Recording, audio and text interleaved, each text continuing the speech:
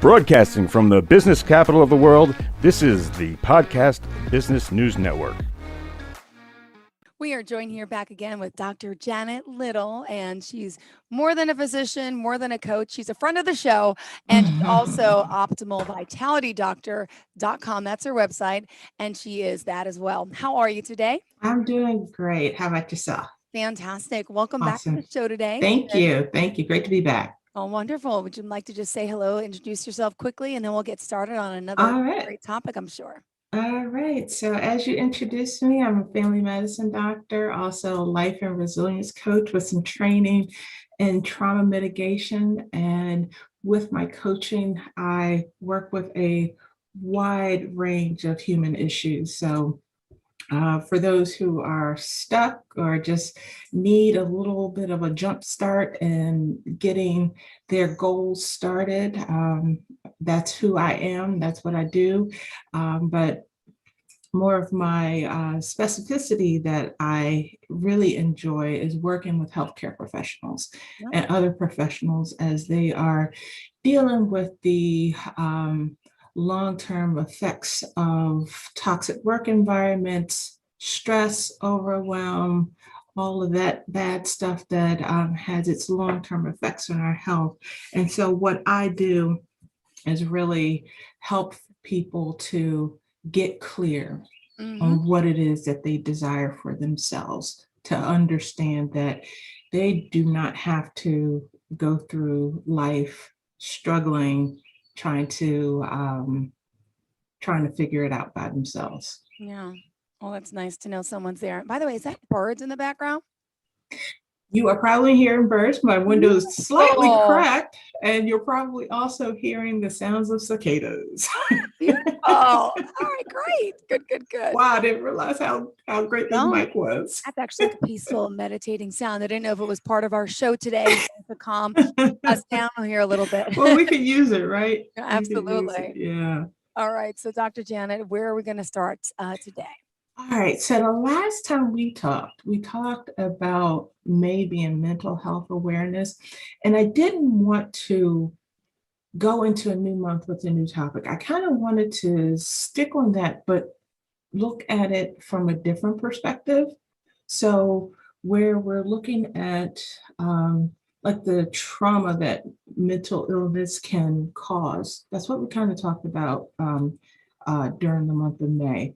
But now I want to talk about how mental health and resilience are tied together and the importance of resilience. So as you can recall, when we do have those unresolved mental health issues, it really puts a person at higher risk for acute and chronic illnesses, as well as unintentional and intentional injury.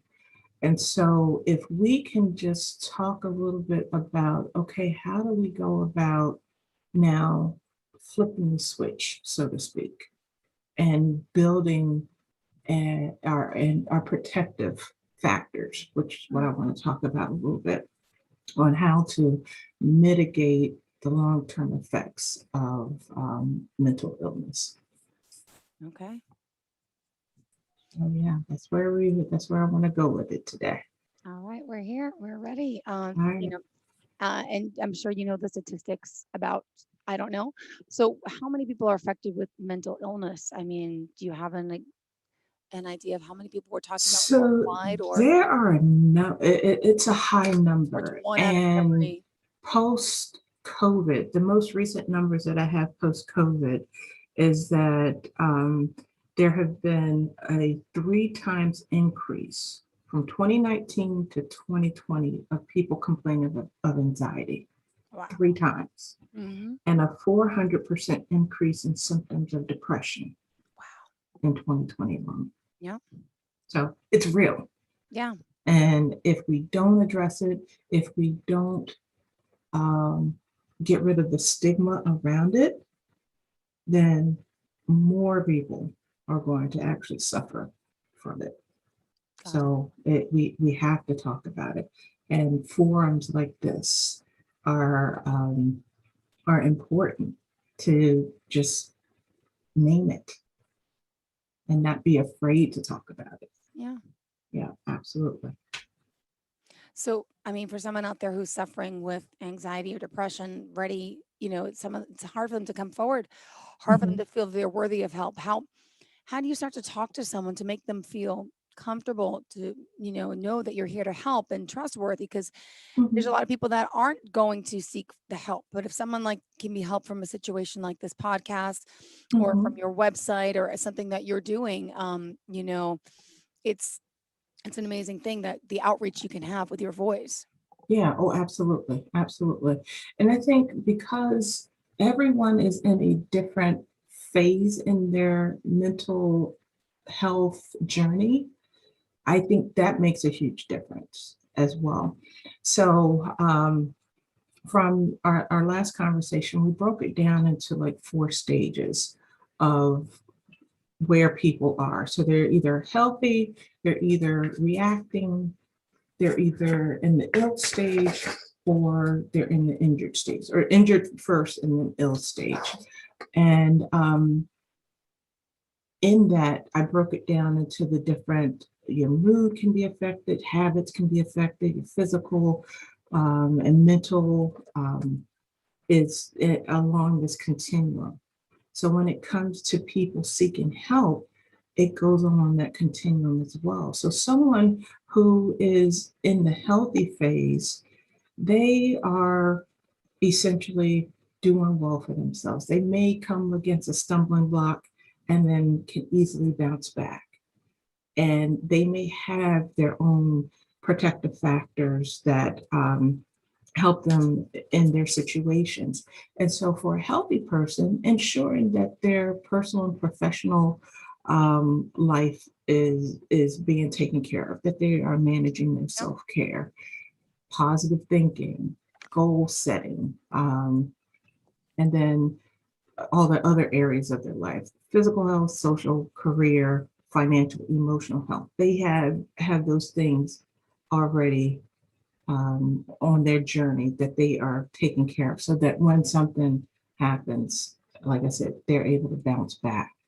And then when you have that person who is in the reacting phase, they are just below healthy, but it hasn't caused any like serious functional issues. So these are the people who would benefit from coaching. Yeah. So it's that person that is overwhelmed with their work, or or with home life or any other area of their life that they're overwhelmed with, but just can't see clearly how to get back to that healthy phase. And so that's where coaching comes in handy, where we can take those challenges and turn them into opportunities. Hmm. And then other things that help in this stage are coping skills to help them achieve their optimal emotional health. And then the next stage is where you have your injured phase. This is where you're starting to see that person is going into a little bit of functional loss, where if they're at work, there's a lot more absenteeism, or they're having to be put on performance improvements because their behaviors or whatever at work are not what they used to be. And so this is the point where you really have to think, what's going on? Yeah. That it's a little bit more than just some coping mechanisms that they need work on. There's a little bit more going on. And then you have that ill phase, where this may be the phase where not only do you need coaching support, you probably need some additional professional support, like a therapist or a doctor, to be able to prescribe medicine, because it's taken its toll on one's mental health. Got it. Janet Little, just to remind everyone, optimalvitalitydoctor.com. Mhm. And other forms of contact for you? Yeah, so I can be reached by phone, 443-492-9578. And I'm also on Facebook. You can find me on Optimal Vitality MD. Perfect. and we're not taking a break. So we're going to continue the conversation.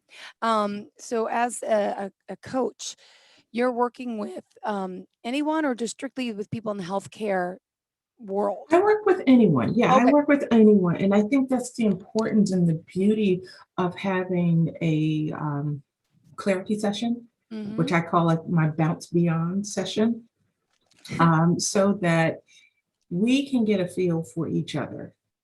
That, hey, maybe the tone of my voice doesn't, it rubs you the wrong way. So I might not be that coach for you. Mm-hmm. Or we find out that that what you're dealing with may need a higher level of support. Yeah. And so, and that in addition to coaching, let's think about other things that would help that potential client to get the necessary resources that they need. And sometimes people may not be at that point of contemplation in terms of, I don't think I need like a medical doctor to help me, but I'll put that on the back burner. Mm-hmm. And so during that coaching process, if we do come upon some red flags that are what I would say is outside of my coaching lane, then I would make that recommendation that, hey, I'm not going to leave you. We're going to still continue on our journey. But I think in order for us to really explode with our growth, we may need to address some other issues that Yeah. are affecting. Good. So resilience, you say it's all about being resilient, right? Mm-hmm, mm-hmm. And could you give us some examples of some of the people recently that you've worked with or you're working with? The types of things that you really truly can help with. I don't have your website up right now, but testimonials in a sense. I know you've told us Sure. them in the past. Could you just give another example maybe of someone else that you're helping or have helped? Sure, absolutely. So I work with a young woman who works with the Bureau of Alcohol, Tobacco, and Firearms, the ATF. And I've been working with her for just over a year. And she has had difficulty with dealing with different personalities at her job. And working with her, we were able to help her find her voice.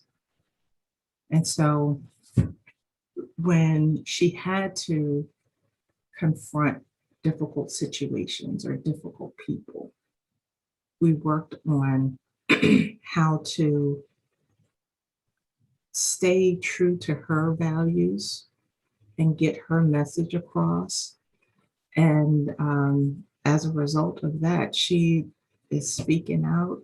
She's written a book. And so it has really helped her to come out of her shell and to not only be a voice for herself, but to be an example and a voice for others.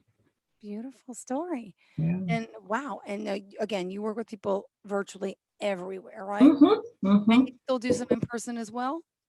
I will, especially when now the weather's getting nice and we're able to get out. Absolutely. My preference is to have that personal contact with people.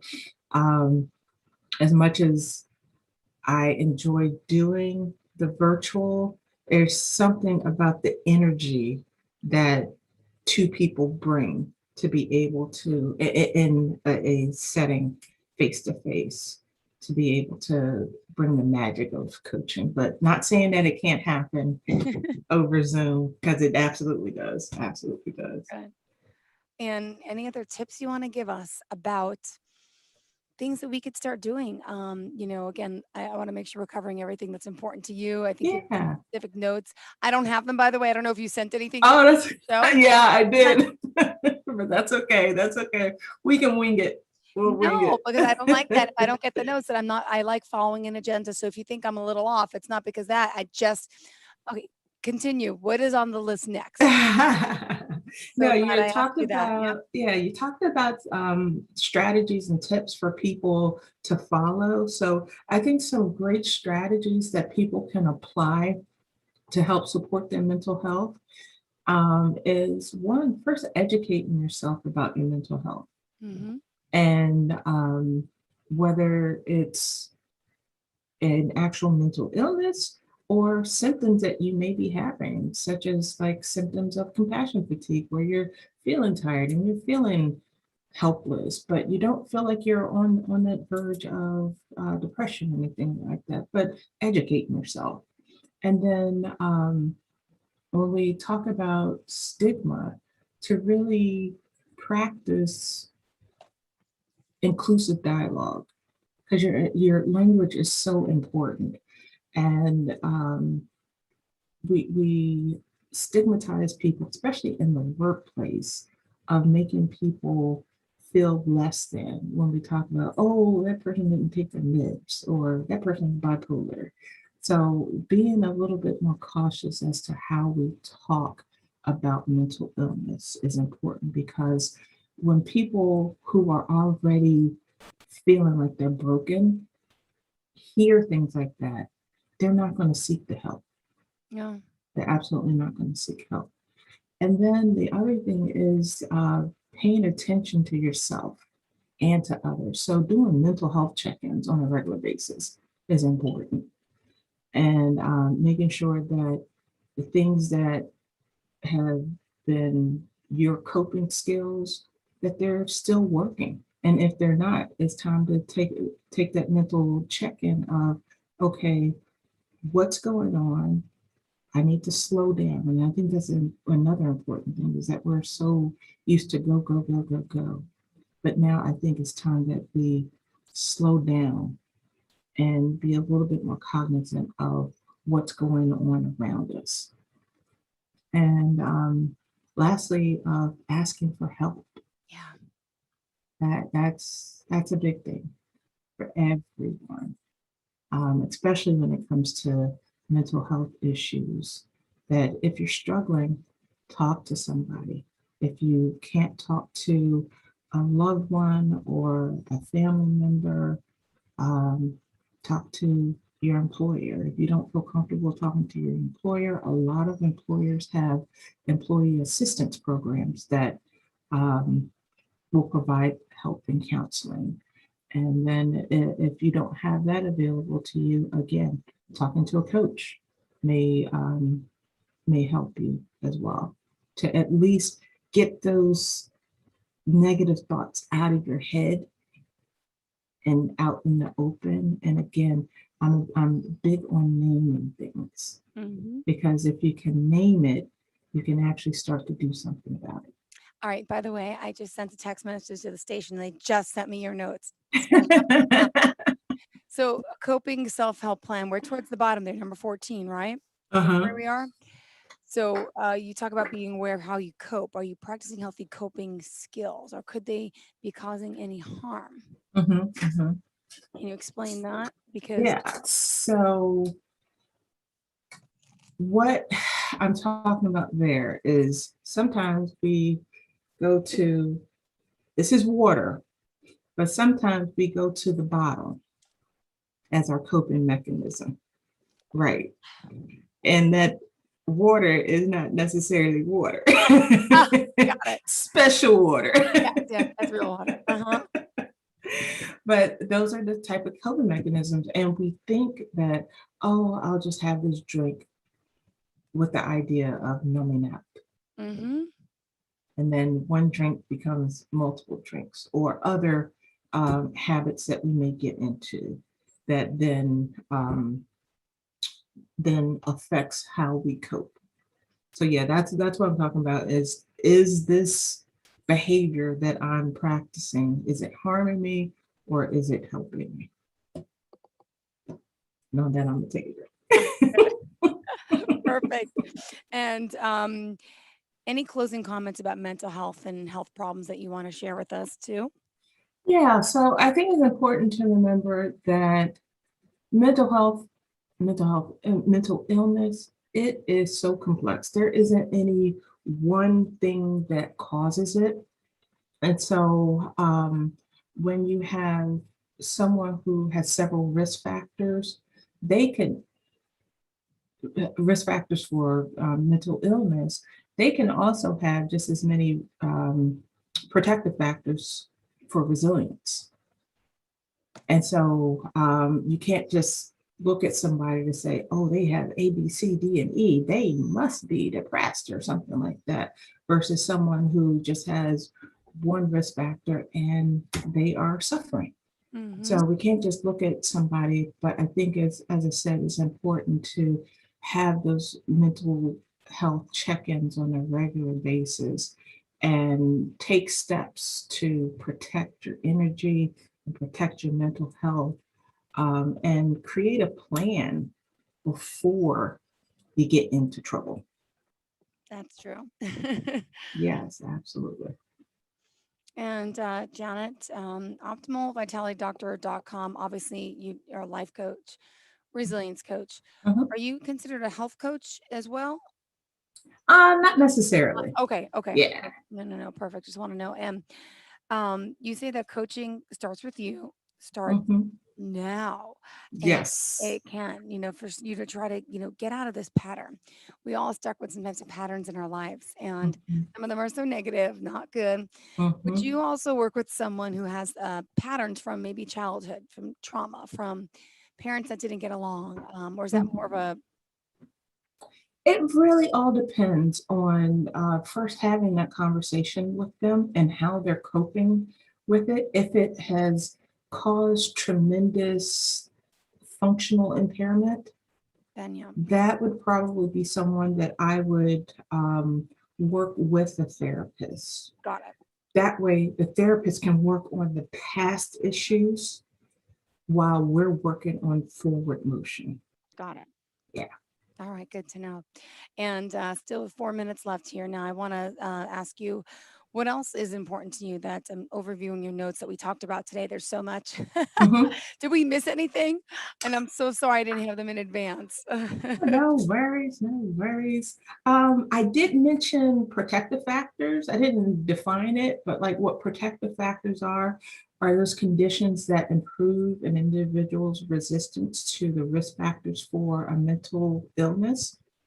And so we always talk about them. So those protective factors that usually help promote resiliency are getting regular exercise, having a good social support system.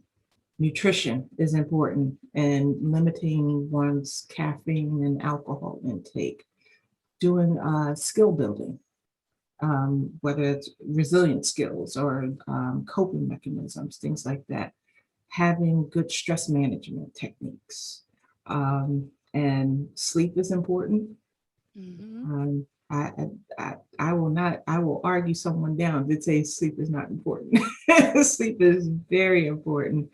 And then having an opportunity to either talk to a coach, talk to a therapist, things like that is important to have as your foundation for building your resilience. Good. Well, thank you so much.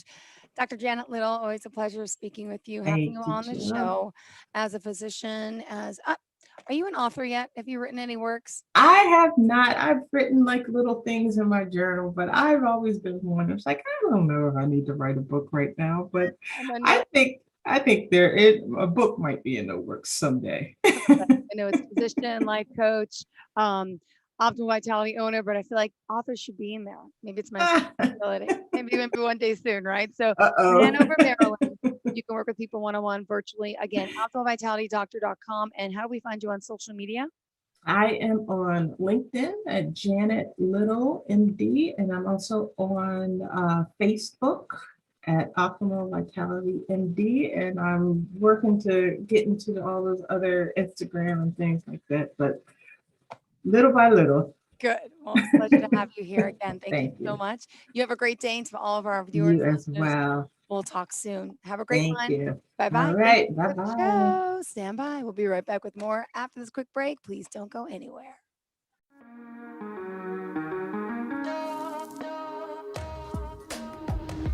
Broadcasting from the business capital of the world, this is the Podcast Business News Network. For nearly 2,000 severely injured veterans, everyday life has become filled with barriers. Day-to-day simple tasks can become pretty daunting. I have to carry my chair up 2 flights of steps or have somebody do it for me. What scares me the most is just the falling.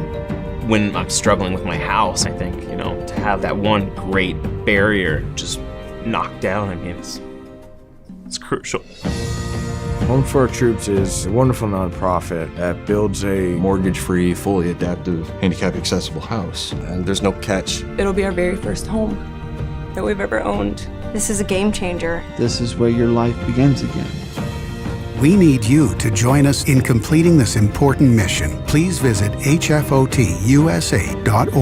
and help build homes and rebuild lives. Because of you, everything's going to be okay.